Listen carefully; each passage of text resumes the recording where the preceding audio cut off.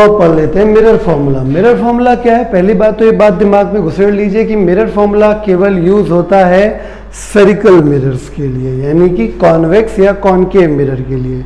दूसरी बात, वो भी तब यूज होता है जब हमें ये पता हो कि अपर्चर जो है मिरर का वो छोटा है, स्मॉल है। ठीक है, तो स्मॉल अपर्चर वाला अगर कॉन्वेक्स या कॉनकेव मिरर होता है तो ये फॉर्मूला अप्लाई किया जाता है। फॉर्मूला क्या है? बहुत आसान है, पढ़ा होगा आपने जूनियर क्लास में, नहीं पढ़ा तो बता देते हैं। 1/f = 1/v + 1/u is the mirror formula. आई बात समझ में? तो दो बातें क्लियर है। पहली चीज, mirror formula 1/f = 1/v + 1/u जो होता है वो कॉन्वेक्स मिरर या कॉनकेव मिरर में ही एप्लीकेबल है। नंबर 2, ये उस कंडीशन में एप्लीकेबल है जब कॉन्वेक्स और कॉनकेव मिरर क्या होते हैं? बहुत स्मॉल अपर्चर के होते हैं, तब ये यूज़ किया जाता है। ठीक है, बाय द वे अपने सिलेबस में यही है, इसलिए बहुत दिमाग लगाने की ज़रूरत नहीं है। ठीक है, बस इतना याद रखिएगा कि कॉन्वेक्स मिरर या कॉनकेव मिरर में फॉर्मूला लगता है। चलिए शुरुआत करते हैं। मिरर फॉर्मूला क्या है? फॉर अ स्फेरिकल मिरर, यानी या तो कॉन्वेक्स या तो concave mirror of small aperture, जिसका अपर्चर छोटा हो, द रिलेशन 1/f यानी फोकल लेंथ = 1/v यानी इमेज की डिस्टेंस पोल से प्लस 1/u यानी ऑब्जेक्ट की डिस्टेंस पोल से इज कॉल्ड मिरर फॉर्मूला। बात समझ में आ गई है? तो ये है मिरर फॉर्मूला। जब भी मिरर फॉर्मूले को न्यूमेरिकल्स में या कहीं भी डेरिवेशन वगैरह में इस्तेमाल करें तो प्लीज़ बात का ध्यान रखें कि जब भी ये फॉर्मूला इस्तेमाल हो तो जो वैल्यूज़ पता हैं उनकी वैल्यू विद साइन रखी जाती है। बाय द वे बार बार लिखने की ज़रूरत नहीं है, लेकिन फिर भी मैं आपको साइन कन्वेंशन याद दिलाता हूँ कि ऑब्वियसली जब ये फॉर्मूला यूज़ होना होगा तो आपको दो चीज़ें पता होंगी, तीसरी निकालनी होगी।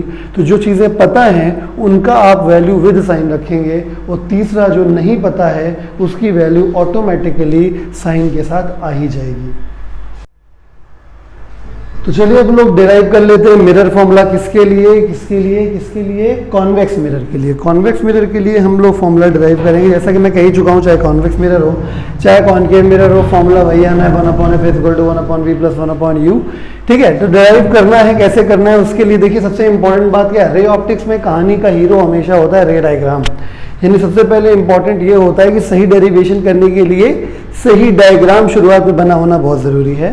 अगर डायग्राम में गड़बड़ी हो गई तो डेरिवेशन नहीं आने की संभावना ज़्यादा है। लोग रट्टा मार के बैठ सकते हैं तो अलग बात है, लेकिन सही डायग्राम आना चाहिए। तो चलिए मैंने कोशिश करी है, टाइम बचाने के लिए मैंने पहले से ही बना लिया है। तो कंसीडर सिचुएशन, ये हमारा एक कॉन्वेक्स मिरर है, हमने शेडिंग बहुत कम करी है, मतलब ये देखिए 1 शेड 2 शेड 3 शेड 4 5, ठीक है, ताकि बस लगे कि हाँ इस तरफ से लाइट गिरनी है, इस तरफ से नहीं गिरनी। ठीक है, चलिए देखिए ये आपका कॉन्वेक्स मिरर है, ये प्रिंसिपल एक्सिस हो गई। प्रिंसिपल एक्सिस जहाँ पे कट करते हैं मिरर को वो पॉइंट पोल होता है। ठीक है, x x dash is the principal axis. A B एक ऑब्जेक्ट रख दिया। ठीक है, हम एक पॉइंट से 3 लाइट रेज निकाल रहे हैं क्योंकि डेरिवेशन करने में इसी में आसानी रहेगी। ठीक है, तो हमने क्या किया है, यहाँ पर हमने 3 लाइट रेज निकाली। एक light ray parallel to the principal axis B point पे स्ट्राइक करेगी, बी पॉइंट पे जहाँ पे स्ट्राइक करेगी वहाँ पे नॉर्मल ड्रॉ करेंगे। नॉर्मल सी पॉइंट यानी सेंटर ऑफ कर्वेचर पे आके टकराएगा, ये एन नॉर्मल हो जाएगा और रे रिफ्लेक्ट हो जाएगी। तो ये बी डी जो हो गई रिफ्लेक्टेड रे हो गई, ये हो गया पहला। दूसरी रे हमने नॉर्मल इंसिडेंस कराई, मतलब इस तरीके से रे आ रही है जैसे सेंटर ऑफ कर्वेचर पे टकरा जाएगी। तो जब कोई भी रे टूवर्ड सेंटर ऑफ कर्वेचर आती है तो वो नॉर्मली इंसिडेंट एक्चुअली हो रही होती है, इस वजह से हम उसको क्या करेंगे, नॉर्मल इंसिडेंस मान लेंगे, तो अपने पाथ को रिट्रेस कर जाएगा। यही है प्रिंसिपल ऑफ रिवर्सिबिलिटी। और तीसरा हमने एक लाइट रे निकाला जो कि पोल पे टकराया, पोल से टकरा के ऐसे रिफ्लेक्ट किया। तो देखिए जितनी भी रिफ्लेक्टेड रेज है अगर उनको हम पीछे एक्सटेंड करें, ये रिफ्लेक्टेड रेज है, इसको हमने बढ़ाया तो एफ पे आया, ये रिफ्लेक्टेड रे इसको बढ़ाया, यहाँ पे टकराया, यहाँ भी ये रिफ्लेक्टेड रे है तो ये आ गया। तो इस तरीके से यहाँ पे हमारे पास एक वर्चुअल इमेज क्रिएट हो गया है। ठीक है, आपने वीडियो अगर मेरा देखा होगा तो मैंने आपको बताया होगा कि कैसे वर्चुअल इमेज बनती है। तो ये a dash B dash is the virtual image. ठीक है, चलिए अब लेबलिंग कर देते हैं इसकी। ठीक है, पोल से इमेज तक की डिस्टेंस को वी कहते हैं, तो यहाँ पे वैल्यू जो रखी जाएगी वो प्लस का वी रखी जाएगी क्योंकि राइट हैंड साइड में है। पोल से फोकस तक की डिस्टेंस को फोकल लेंथ कहते हैं, तो ये प्लस का एफ हो जाएगा। और पोल से रेडियस सेंटर ऑफ कर्वेचर को रेडियस ऑफ कर्वेचर कहते हैं। तो वैसे कहना तो प्लस आर चाहिए, लेकिन मैं कहता हूँ कि आप डायरेक्टली प्लस का 2f रखिए, क्या फ़ायदा आर लाने से। ठीक है, और पोल से ऑब्जेक्ट तक की जो डिस्टेंस होती है, ठीक है, वो u होती है, लेकिन क्योंकि लेफ्ट साइड में इसलिए माइनस में लिया जाएगा। बस आप एकदम तैयार हैं। और अब एक ट्रिक समझ लीजिए। ट्रिक क्या है? ट्रिक ये है कि आपको दो बार दो ट्रायंगल का पेयर लेना है, सिमिलर ट्रायंगल का। दो सिमिलर ट्रायंगल का पेयर दो बार लेना है आपको, और पहचान बता दें। सिमिलर बायो वाले बच्चे का आपने लगे, अरे सिमिलर ट्रायंगल जिसके पीछे चढ़ाया था हमने 11th में आके मैथ नहीं ली और बायो ले ली, वो फिर से सामने आ गया। ऐसा कुछ नहीं, मैं एक ट्रिक बता देता हूँ। सिमिलर ट्रायंगल ऐसे आपको पहचान में आ जाएगा, अगर आपने रे डायग्राम सही से आपको याद है, आपने सही से बनाया है, तो आप ऐसे समझिए कि आपको दो ट्रायंगल ऐसे पकड़ने हैं जिसमें एक में ए बी आ रहा हो, एक में ए डैश बी डैश आ रहा हो, और दोनों ट्रायंगल में एक पॉइंट कॉमन हो, वो ट्रायंगल दोनों सिमिलर हो जाएंगे। देखिए मैंने पहले से ही सेलेक्ट करके रखे हैं। देखो एक हो जाए ए बी पी और एक हो जाए ए डैश बी डैश पी। तो देखो एक में ए बी आ गया, एक में ए डैश बी डैश आ गया, और पी पॉइंट कॉमन हो गया, तो मैंने लिख दिया सिमिलर ट्रायंगल। ठीक है, ऐसे एक ट्रायंगल और मिल सकता है ए बी सी और ए डैश बी डैश सी। तो एक ट्रायंगल में ए बी सी में ए बी मिल गया, ए डैश बी डैश सी में ए डैश बी डैश मिल गया, सी पॉइंट कॉमन हो गया। देखो A B C A dash B dash C. Similar triangle की प्रॉपर्टी क्या होती है? साइड्स प्रोपोर्शनल होती है। तो करना क्या है, मैं बहुत आसानी से आपको बता देता हूँ, कोई टेंशन वाली बात नहीं। इसको मैं यहाँ ना लिख के यहाँ लिख देता हूँ। Because triangle a B c similar to triangle a dash B dash c dash. बहुत आसान है, आपको सिर्फ दोनों बार a dash B dash upon a b calculate करना है। इधर भी आपको a dash B dash upon a b calculate करना है। ठीक है, अब इसलिए आगे क्या लिखेंगे, मैं पहले ये सॉल्व करूंगा फिर ये सॉल्व करूंगा। बहुत आसान है। ए डैश बी डैश के करस्पॉन्डिंग बेस में क्या है? P B dash B dash P, और ए बी के करस्पॉन्डिंग बेस में क्या है? B P. यानी ए डैश बी डैश के सामने बी डैश पी लिख दें और ए बी के सामने बी पी लिख दें। नहीं समझ में आ रहा उसको भी हटाओ, खत्म करो। देखो ए डैश बी डैश सामने क्या आ गया? B dash P. तो ए डैश बी डैश के सामने लिखना है बी डैश पी, खत्म। ए बी है ए बी, तो ए बी क्या क्या बी पी, तो ये हो गया बी पी, खत्म हो गई बात। ठीक, बहुत आसान है। ठीक है, तो यहाँ पे a dash B dash upon a b, b dash p कितना है? बी डैश पी है प्लस का वी, और बी पी कितना है? बी पी, बी से लेके पी तक कितना है? माइनस का यू। इक्वेशन नंबर 1 आधा काम हो गया। ठीक है, इसमें एक स्टेप एक्स्ट्रा होगा इसके कंपैरिजन में। यहाँ भी आपने a dash B dash upon a b लिया, तो मुझे तो पता है, अब आप ऊपर फिगर में देखो नहीं, जुगाड़ लगाओ, फिर भी मैं अपना फर्ज निभा देता हूँ। ए डैश बी डैश के करस्पॉन्डिंग बी डैश सी आ जाएगा, और ए बी के करस्पॉन्डिंग बी सी आ जाएगा। जुगाड़ क्या है? ए डैश बी डैश के आगे बी डैश सी मिल रहा है, और ए बी के आगे बी सी मिल रहा है। ठीक है, अब बस यहाँ पे जो मैं बता रहा था एक स्टेप एक्स्ट्रा है, वो ये है कि आप नोटिस कर रहे होंगे सारी डिस्टेंस जो नापी गई है वो पोल से नापी गई है, और यहाँ पे डिस्टेंस सी की बी डैश, सी से बी डैश की, सी से बी की। तो तुम्हें किस तरीके से कैलकुलेशन को करना होगा कि वैल्यूज जो आ जाए पी से आ जाए। तो देखो अगर बी डैश सी चाहिए तो एक काम कर लेते हैं, पी सी में से पी बी डैश घटा देते हैं। पूरे पीसी में से पी बी डैश घटा दें तो बी डैश सी बच जाएगा। बी सी देखिए, बी से सी, तो पी सी ये हो गया प्लस पी बी हो गया, बस काम खत्म, वैल्यू रख दीजिए। A dash B dash upon a b, p c कितना है? पी से सी है प्लस का 2f, नीचे भी हो जाएगा प्लस का 2f minus plus P B dash, P से बी डैश प्लस का वी है, पी बी कितना है? पी बी माइनस का यू है। ठीक है, तो अब बस इक्वेशन सेकंड दोनों को इक्वेट कर देते हैं, बस कैलकुलेशन कर लीजिए, आंसर आ गया फ्रॉम फर्स्ट एंड सेकंड। क्या हो गया? प्लस का v अपॉन माइनस का u is equal to 2f minus plus v plus 2f plus minus v। ठीक है, सॉरी पी बी, पी से बी जो है वो u है, ध्यान दीजिएगा, this is u, this is u। Okay, तो ये प्लस का v अपॉन माइनस u, ये 2f माइनस v, ये हो गया। जय श्री राम। तो v माइनस का v अपॉन u बन गया, और ये हो गया 2f माइनस v और 2f minus u, cross multiply कर लीजिए, तो 2fv माइनस का और प्लस का uv, 2uf माइनस का uv। ठीक है, इसको इधर भेज देते हैं, तो 2uv हो जाएगा ये 2FV इधर चला जाएगा और 2UF इधर आ जाएगा। 2 कैंसिल हो गया और UVF से एक्स्ट्रा डिवाइड कर देते हैं। UVF डिवाइड कर लीजिए, UV कट गया, 1 आ जाएगा। ठीक है, FV कैंसिल हो गया, 1 आ जाएगा। UF कट गया, 1 आ जाएगा। क्या बचा? आ गया 1/F is equal to 1/U plus 1/V। तो 1/V प्लस 1/U बोलो या 1/U प्लस 1/V बोलो, बात बराबर है। ये मिरर फॉर्मूला मैं फिर से एक बार याद दिला दूं कि जब भी ये फॉर्मूला लगाएं तो वैल्यूज को विद साइन जरूर रखें। ठीक है, होपफुली ये क्लियर हो गया होगा। ठीक है, तो अब हम लोग मिरर के केस में मैग्निफिकेशन का फॉर्मूला डिराइव कर लेते हैं। आपको मैं लगातार इसलिए बता रहा हूं क्योंकि देखिए कितना आसान है, इतना ही आपने कर लिया, इसी में से सारा काम हो जाएगा। तो हम लोग कन्वर्ट कर देते हैं, ये आप नोट कर लेंगे वीडियो को पॉज करके। मैं आगे बढ़ रहा हूं। Derivation of magnification formula. ठीक है,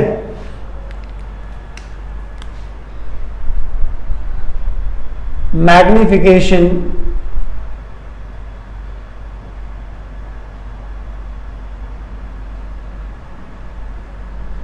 TION मैग्निफिकेशन फॉर्मूला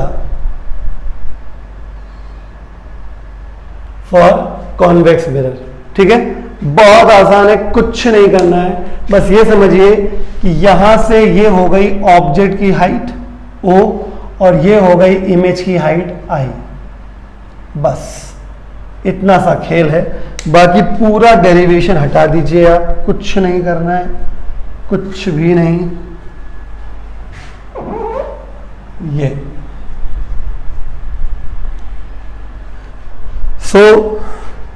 बस इसी में से क्या करना है आपको, A' B' की वैल्यू और AB की वैल्यू रख देनी है।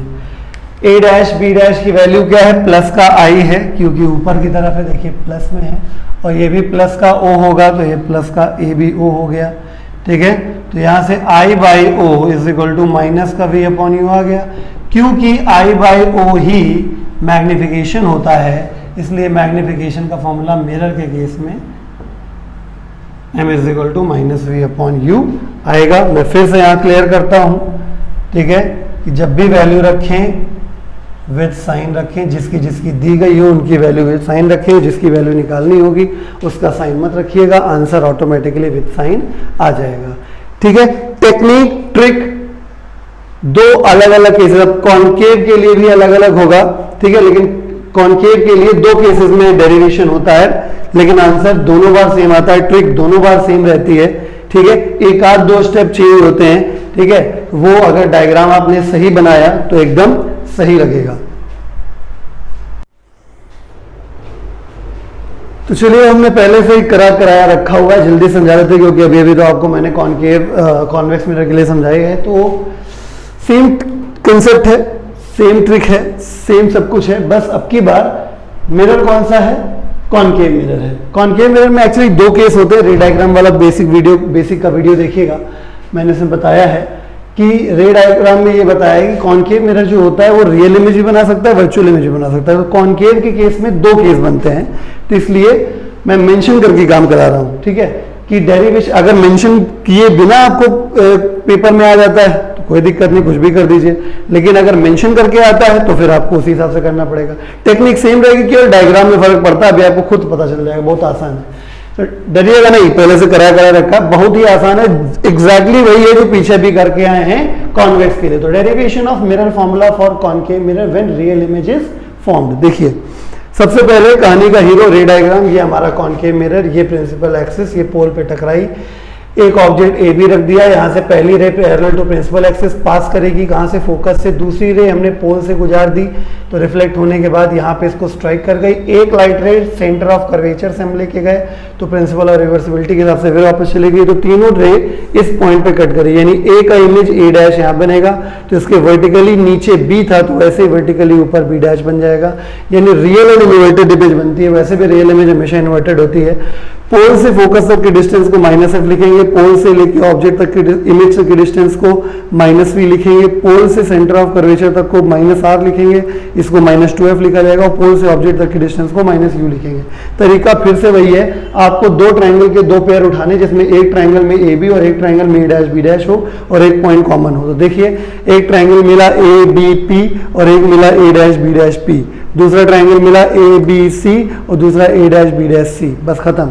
दोनों में क्या करना होता है आप जानते हो, a dash B dash upon a b निकालना होता है। तो ट्राइंगल ए बी पी और a dash b similar triangles हैं, a dash B dash upon a b निकाला, ठीक है। ए डैश बी डैश के सामने क्या लिखा जाएगा, बी डैश पी, तो लिख दिया।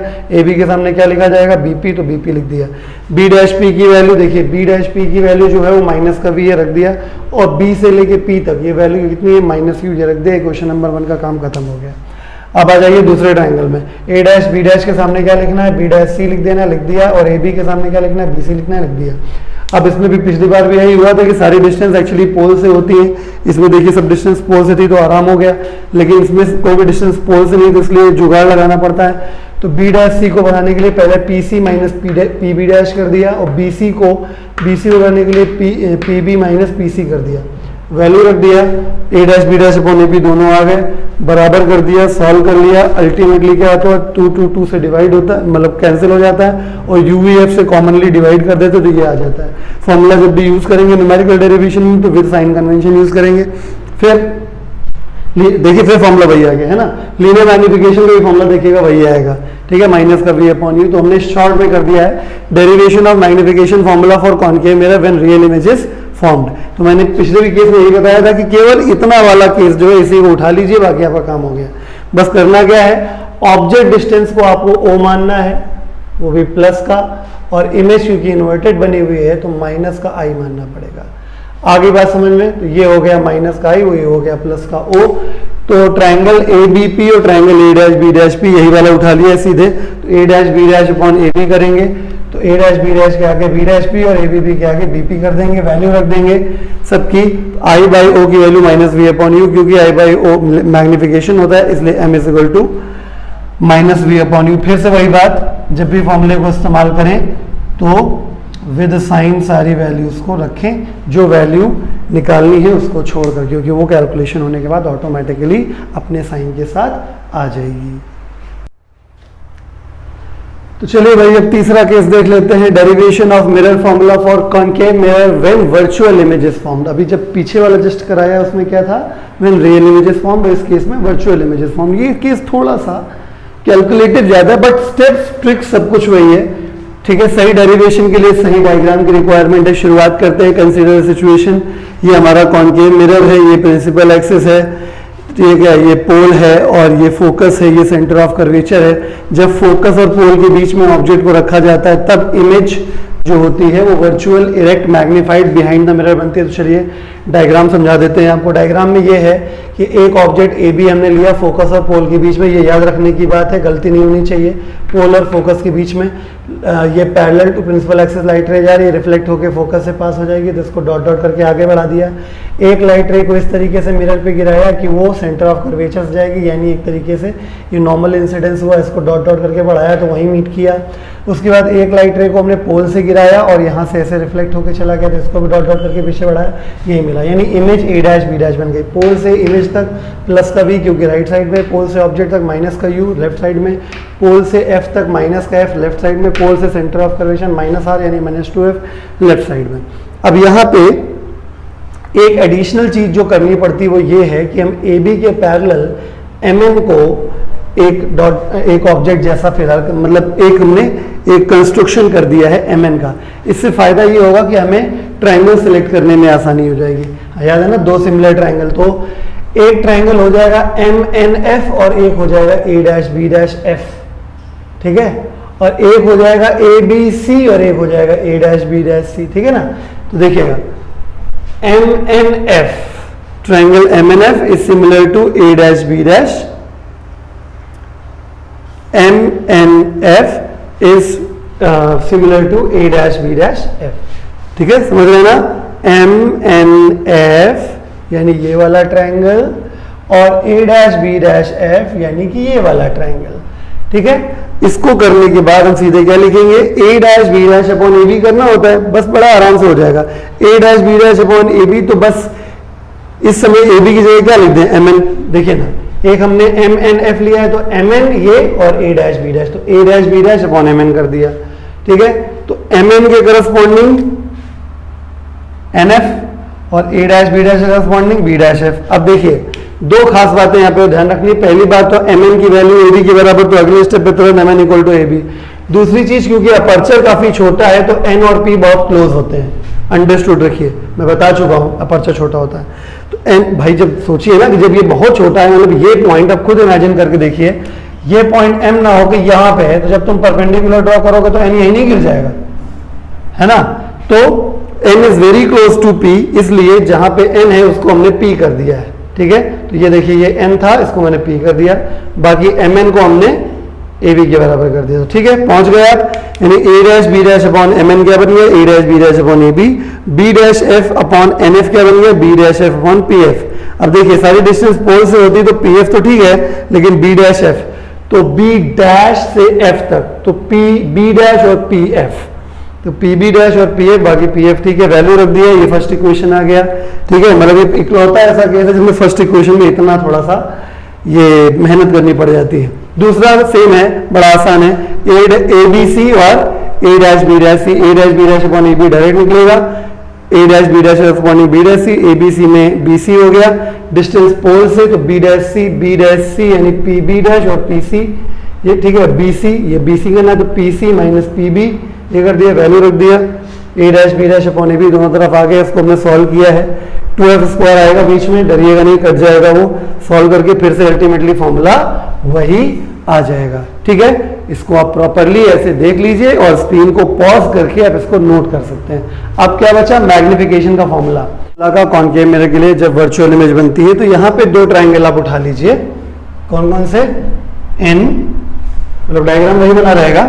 ठीक है, उसी के आगे बस हेडिंग डाल के आपको इतना कर देना है, मतलब अलग से आपको डायग्राम बनाने की जरूरत नहीं, उसमें बस मार्क ये कर दीजिए कि ये इमेज है, प्लस का आई लिया जाएगा इसका हाइट, और ये ऑब्जेक्ट है, ये प्लस का ओ लिया जाएगा इसका हाइट। बाकी बस यही कर देना है, because triangle a b p similar to triangle a dash B dash P, तो इसमें क्या निकालेंगे, a dash B dash upon a b, a dash B dash corresponding b dash P और बी इसके करस्पॉन्डिंग बी पी हो गया। ए dash B dash जो हो गया वो प्लस का आई और ए बी क्या हो गया, प्लस का ओ। बी डैश पी कहाँ गया, बी डैश पी जो है वो प्लस का वी है और बी पी जो है वो माइनस का यू है। तो क्योंकि I बाई ओ m होता है लीनियर मैग्निफिकेशन, इसलिए m is equal to minus का v अपॉन u, ये लीनियर मैग्निफिकेशन का फॉर्मूला आ गया। कभी कभी लीनियर मैग्निफिकेशन के दो और फॉर्मूले भी यूज हो जाते हैं, काफी यूजफुल फॉर्मूले रहते हैं वो। ठीक है, उनको भी देख लेते हैं। देखिए नोट करके लिख लीजिएगा अलग से, लीनियर मैग्निफिकेशन के दो फॉर्मूले, एक ये और एक ये। अगर हम 1 upon F is equal to 1 upon V plus 1 upon U और m is equal to minus V upon U, magnification का फॉर्मूला अगर इस्तेमाल करके v को एलिमिनेट कर दें, यानी यहां से v की वैल्यू निकाल के यहां पे प्लेस कर दें, या यहां से v की वैल्यू निकाल के इस फॉर्मूले में प्लेस कर दो, अल्टीमेटली सॉल्व होने के बाद m इज इक्वल टू इतना आता है। ठीक है, तो ये मैग्निफिकेशन का फॉर्मूला हो गया in terms of f and u, इसमें v नहीं है। ठीक है, जब फॉर्मूला यूज करिएगा तो विद साइन कन्वेंशन यूज करिएगा।